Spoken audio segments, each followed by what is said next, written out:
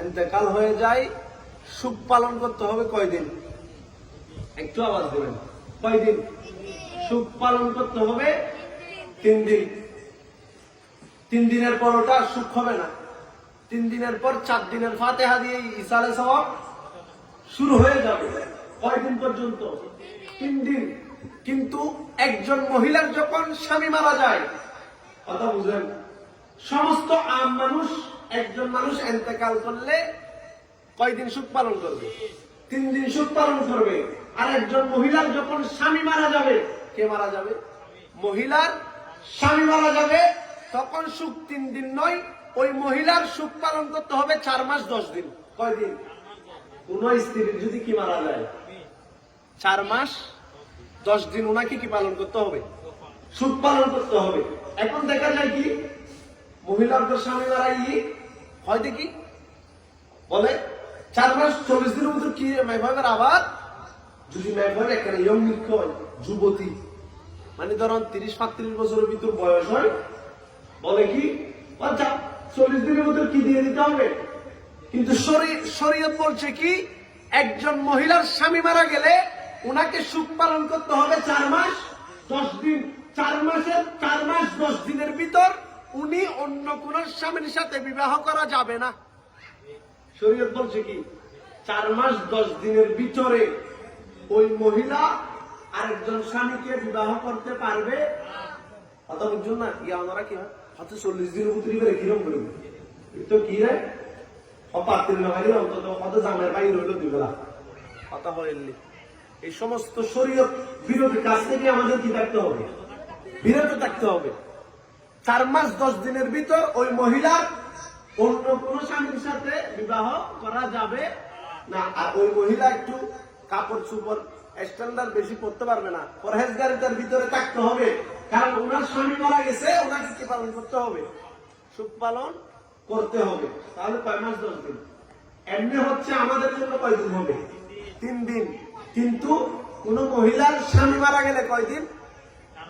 4 মাস 10 দিন। এরপরে আরেক মাসালা আসছে, আমরা ইসালে সওয়াব করি কি করি না? অনেকভাবে করি, কিন্তু আরেকটি মাসালা, এগুলো আপনাদের খেয়াল থাকতে হবে। একটা সমাজের এখন এটা বললে আপনারা আমার সাথে রাখবেন। আমরা কি করি, 4 দিন পর একটা কোরআন খতমের ইন্তজাম করি কি করি না? কোরআন খতমের ইন্তজাম কিভাবে? কবরের পাড়ের মধ্যে কি করে দিই। এখন আমাদের সমাজে কিন্তু কবরের পাড়ে করে না। কোথায় করে? মানুষ একটা কবরস্থানের মাঝখানে কবর দিছে, ওখানে আরেকটা কবরের উপর কি বসাই দেয়? টেবিল বসাইয়ে কি করে? শরীয়ত এটা বলে নাই। শরীয়ত বলছে কি, এটার উসুল কোথা থেকে আসছে, যে কবরের মধ্যে কোরআন শরীফ পড়া হয়, এটা কোথা থেকে আসছে আমাদের সেটা জানতে হবে। আর এটা আসছে হযরতে আব্দুল্লাহ ইবনে উমর, যিনি ফারুক আজমের ছেলে ছিলেন। উনি ওসিয়ত করছেন কি, আমি ইন্তেকালের পর আমার কবরের পারে কি করতে, কোরআনে পাকের সূরা বাকারা শুরু এবং সূরা বাকারার শেষ 5 আয়াত যাতে কি হয় পড়া ওসিয়ত করেছেন কে? আব্দুল্লাহ ইবনে উমর। উনি ফারুক আজমের ছেলে, তাহলে আমার রাসূলের সাহাবী। তাহলে এটা সাহাবায়ে কেরাম ওসিয়ত করেছেন কোরআন পড়ার জন্য। এটার ব্যাপারে উনি কেউ যদি বেদাতের ফতোয়া দেয়, আমাদের কিছু যায় আসে না, যেহেতু কে করেছেন? সাহাবায়ে কেরাম। এখন সাহাবায়ে কেরাম করেছেন কিভাবে? বলতেছে আমার কবরের পারে। কি বলছে? কবরের আব্দুল্লাহ ইবনে উমরের কবরের পারে। কিন্তু আমরা করি কবরের উপরে। এটা থেকে সরে আসতে হবে। কবরস্থান মাঝখানে কবর দেওয়া হয়, তো ওখানে তো অনেক কবর আছে, কবরের উপরে কি বসে দেয়? শরীয়ত এটা বলে নাই। আর কবরের মধ্যে কোরআন শরীফ পড়তে হবে কোথায়? আরেকজনের কবরের উপরে নয়। কবরস্থানে কোরআনে পাক পড়তে হবে, কিন্তু আরেকজনের কবরের উপরে। কোথায়? কবরের যেখানে কবর নাই সেখানে কি পড়তে হবে? যে কোরআন শরীফ। এখন আমার বাবার কবরের মধ্যে আমি কোরআন শরীফ পড়াচ্ছি, আরেকজনের বাবার কবরের উপরে কাদেরকে বসাই দিয়েছি? হুজুরদেরকে বসাই দিয়েছি। এটা জুলুম, এটা মইয়তের জন্য জুলুম।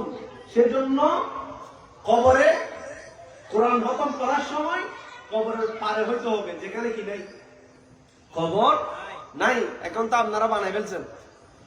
আর এটা কে শুরু করছেন? হযরত আব্দুল্লাহ ইবনে উমর, উনি ওসিয়ত করেছেন। সেখান থেকে উলামায়ে কেরাম বলেছেন কবরের মধ্যে মানুষ মারা যাওয়ার পর যে কোরআন খতমের ব্যবস্থা করা হয় এটাও সওয়াবের কাজ। সেই কারণে আমরা উলামায়ে আহলে সুন্নাত, আমরা যারা আছেন আহলে সুন্নাত ওয়াল জামাতের আকীদার অনুসারী, সবাই সুন্নতের সাহাবা হিসেবে সেটাকে কি করে পালন করে। এটাতে বেদাতের ফতোয়া দেওয়ার কোনো সুযোগ নাই। এরপর যে মাসালা, 4 দিনে আমরা কি দিই? ফাতিহা দিই। কেন দিই আগে জানতে হবে। আমরা 4 দিনের ফাতিহার ব্যবস্থা করি, এখন এটা সরাসরি সুন্নত। কেন? মা খাদিজাতুল কুবরা রাদিয়াল্লাহু তাআলা আনহা যখন ইন্তেকাল করেছেন, আমার রাসূলের পাক বেশিরভাগ সময় ছাগল জবাই করে মা খাদিজাতুল কুবরার বান্ধবীদের ঘরে ঘরে পৌঁছাতো। সুবহানাল্লাহ। তাহলে যেহেতু রাসূল করেছেন, বেদাতের ফতোয়া দেওয়ার সুযোগ আছে নি? তাহলে 4 দিনের ফাতিহা এটা সরাসরি রাসূলের পাকের কি সুন্নত, সেহেতু আমরাও কি করি? পালন করি। তো সেই ক্ষেত্রে আমাদের মাথায় রাখতে হবে এগুলোতে বেদাতের ফতোয়া আসে কিনা।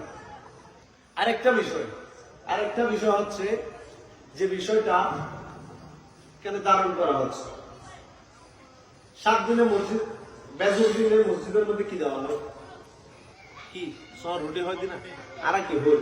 রুটি হালুয়া। রুটি হালুয়া কেন দিই? চাইলে তো আমরা বিরিয়ানিও দিতে পারি, কিন্তু রুটি হালুয়া কেন দিই?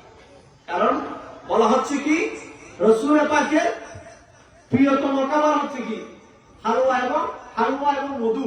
তো সেখান থেকে রাসূলের পাক যে খাবার পছন্দ করতেন সেই খাবার ফাতিহা দিলে ময়্যতের কবরে সওয়াব পৌঁছবে।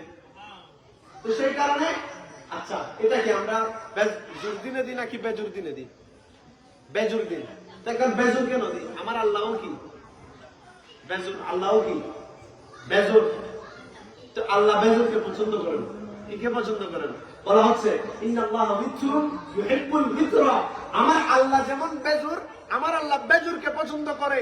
সেজন্য আল্লাহর পছন্দনীয় দিনকে, বেজুর দিনকে নিয়ে আমার রাসূলের পছন্দনীয় খাবার দিয়ে যখন ফাতিহা দেওয়া হয় তখন ময়্যতের কবরে সওয়াব পৌঁছে। সেজন্য আমরা সুন্নিরা 7 বেজুর দিনের মাথায় মসজিদের মধ্যে হালুয়া এবং রুটি দিই।